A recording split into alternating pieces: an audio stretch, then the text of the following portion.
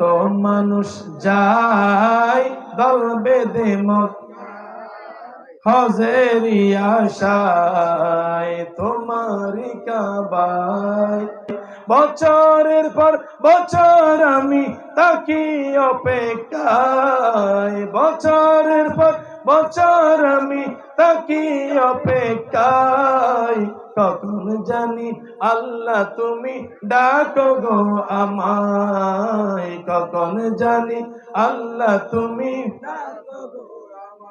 ছুঁয়ে দেখব তোমার ঘর এ দো হাতে, হৃদয়ে শান্ত করব আসওয়াদ চুমুকে। ছুঁয়ে দেখব তোমার ঘর এ দো হাতে, হৃদয়ে শান্ত করব আসওয়াদ চুমুকে। পাপের ক্ষমা চাইব আমি গিয়ে সিজদায়, পাপের ক্ষমা চাইব আমি গিয়ে সিজদায়। কখন জানি আল্লাহ তুমি, কখন জানি আল্লাহ তুমি আবি না। কত মানুষ যায় দল বেঁধে মক্কায় হজেরি আশায় তোমারি কাবায়। নাচ শুনে হাদিয়ে দেওয়া এটা রাসূল পাকের সাহাবীদের সুন্নাত, রাসূল পাকের সুন্নাত। জোরে বলুন না সুবহানাল্লাহ। রাসূল পাকের সামনে হাসান বিন সাবিত রাদিয়াল্লাহু তাআলা আনহু তিনি রাসূলুল্লাহর শানে নাচ পড়তেছেন। রাসূলুল্লাহ এমন ভাবে খুশি হলেন, রাসূলুল্লাহর গর্দান মুবারকের মধ্যে যে চাদর মুবারক ছিল সেটা তুলে হাসান বিন সাবিতের মধ্যে গলার মধ্যে বসিয়ে দিলেন। জোরে বলুন না সুবহানাল্লাহ। মসজিদে নববীর প্রাঙ্গণে প্রাঙ্গণে হাসানের মুখে তোমার নাত শুনে ইয়া রাসূলুল্লাহ তুমি দিয়েছিলে তাকে, আমায় তুমি কি দিবে বলো না, বলো না হে শাহে মদিনা, হে শাহে মদিনা, হে শাহে মদিনা।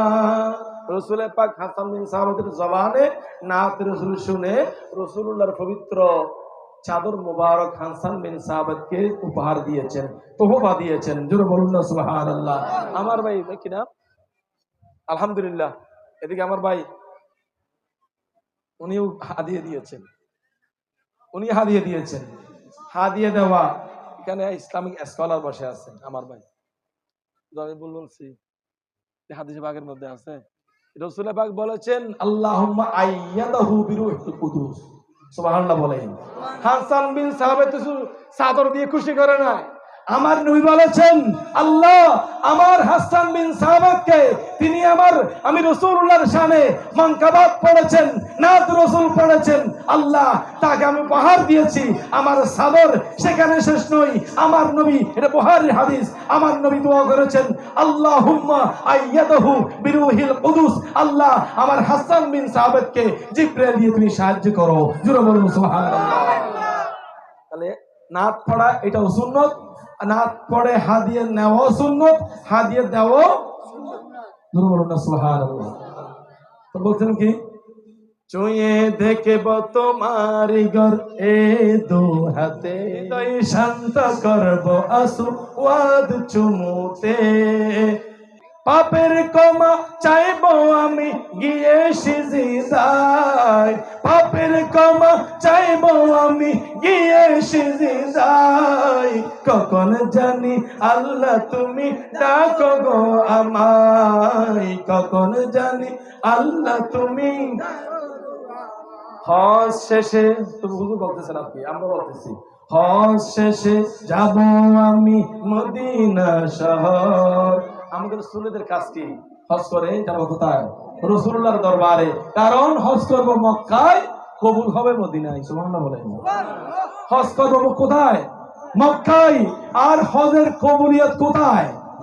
রাসূলুল্লাহর দরবার মদিনায়। সেই জন্য বলতেছেন কি আমার শায়ের হুজুর বলতেছেন কি হজ শেষে যাব আমি মদিনা শহর, দরুদ সালাম পেশ করিব নবীজির উপর। সুবহানাল্লাহ বলেন। অশেষে যাব আমি মদিনা শহর, দরুদ সালাম পাঠ করিব, দরুদ সালাম পেশ করিব নবীজির উপর। বলো আন্নাহুম ইন যালামু আনফুসাহুম জাউকা, গুনাহ করলে কোথায় যেতে বলছেন? মদিনা শরীফে। পাপের ক্ষমা চাইব আমি গিয়ে সিজদায়, পাপের ক্ষমা চাইব আমি গিয়ে সিজদায়, কখন জানি আল্লাহ তুমি ডাকো গো আমায়। কত মানুষ, বলেন না, কত মানুষ যায় মহব্বত নিয়ে, অন্তরে অন্তরে মহব্বত নিয়ে হজ করার উদ্দেশ্যে, রাসূলের পাক দরবার জিয়ারত করার উদ্দেশ্যে অন্তরে সেই বাসনা নিয়ে একনিষ্ঠভাবে মহব্বত নিয়ে একটু পড়েন, ইনশাআল্লাহ আল্লাহ পাকের দরবার যদি কবুল হয়ে যায়, খোদার কসম আপনি এই বছর 2024 সালে হজ করার সম্ভাবনা আছে। জোরে বলুন না সুবহানাল্লাহ। ঠিক কিনা বলেন না?